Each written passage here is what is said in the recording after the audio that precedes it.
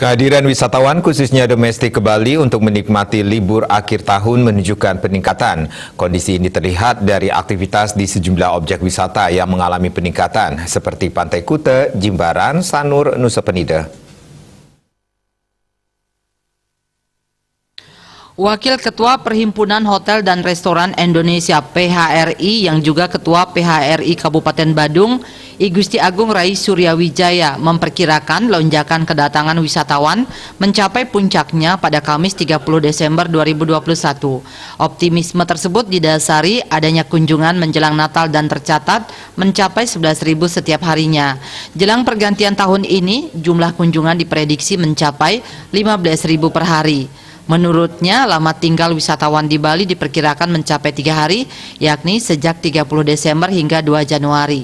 Meski kedatangan meningkat, ia mengatakan okupansi hotel regional masih di angka 50%. Pihaknya memprediksi okupansi hotel regional mencapai 65%. Parwata Bali Pos melaporkan.